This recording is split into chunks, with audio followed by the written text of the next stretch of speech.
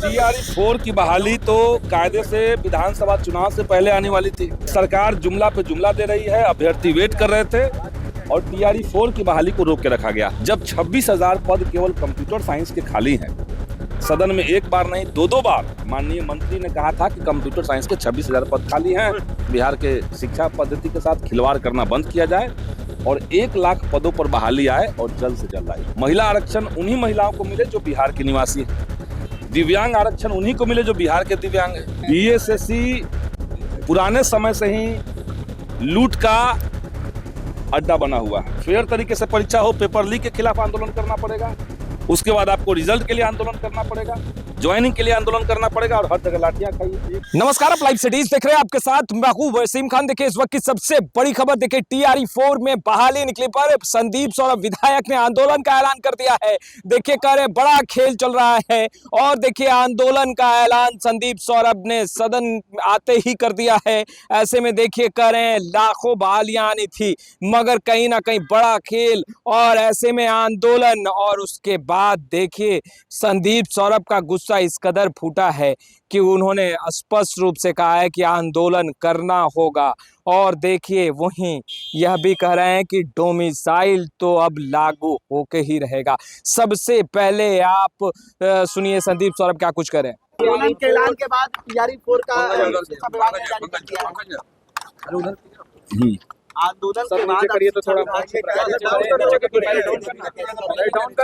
देखिए टीआरई 4 की बहाली तो कायदे से विधानसभा चुनाव से पहले आने वाली थी, लेकिन सरकार जुमला पे जुमला दे रही है, अभ्यर्थी वेट कर रहे थे और टीआरई 4 की बहाली को रोक के रखा गया। सवाल अब उसमें सीट का बचा हुआ है।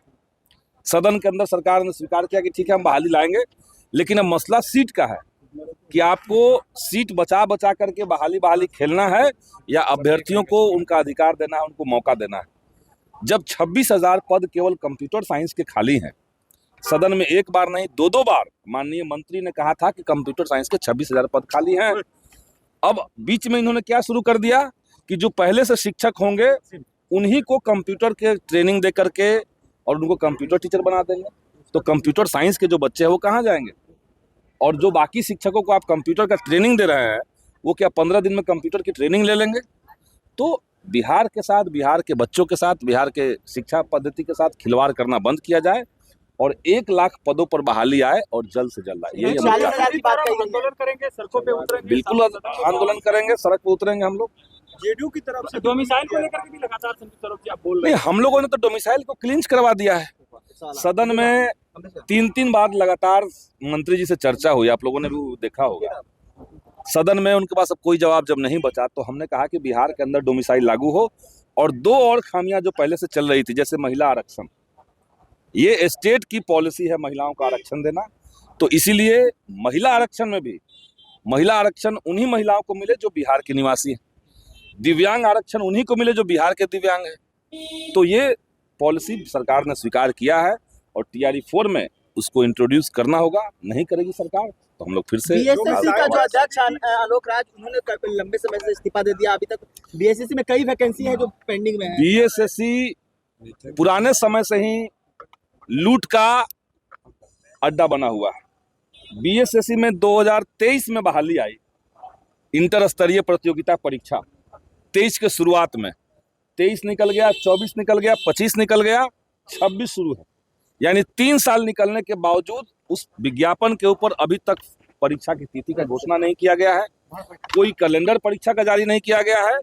और इतना ही नहीं बल्कि कई बार बीएसएससी ने कहा कि हम फिर से फॉर्म को अपडेट कर रहे हैं, फिर से अप्लाई कीजिए, फिर से फॉर्म भरिए।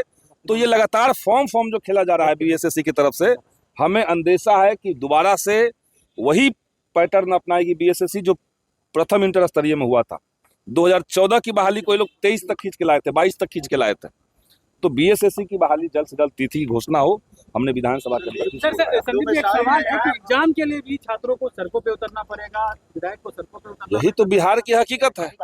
सरकार का युवाओं के प्रति यही नजरिया है कि आपको विज्ञापन लाने के लिए आंदोलन करना पड़ेगा, विज्ञापन आ जाएगा तो परीक्षा की तिथि अनाउंस करवाने के लिए करना पड़ेगा, परीक्षा होगी तो आपको फेयर तरीके से परीक्षा हो, पेपर लीक के खिलाफ आंदोलन करना पड़ेगा, उसके बाद आपको रिजल्ट के लिए आंदोलन करना पड़ेगा, ज्वाइनिंग के लिए आंदोलन करना पड़ेगा और हर जगह लाठियां खाइए। तो ये सरकार का यही स्थिति है, आप लोग सब जानते हैं। ठीक है, थैंक यू। एक करोड़ का दावा जुमलेबाजी है और उसमें बहुत ज्यादा डेटा के साथ छेड़खानी सरकार कर रही है। सरकार कह रही कि हम तो 50 लाख दे भी चुके हैं, अब क्या कीजिएगा इसका?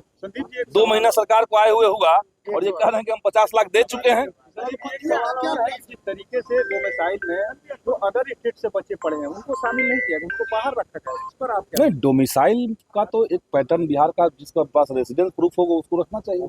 तो आपने सुना संदीप सौरभ को TRE-4 को लेकर के जो बहाली निकली है उसको लेकर गुस्सा फूटा है। संदीप सौरभ का स्पष्ट रूप से कहते नजर आ रहे हैं कि आंदोलन करूंगा, और देखिए आंदोलन का ऐलान कर दिया है। वहीं डोमिसाइल को लेकर क्या कुछ कह रहे थे आपने सुना। फिलहाल इस वीडियो में इतना ही। कैमरे के पीछे गुड्डू हैं, आपका बहुत बहुत शुक्रिया।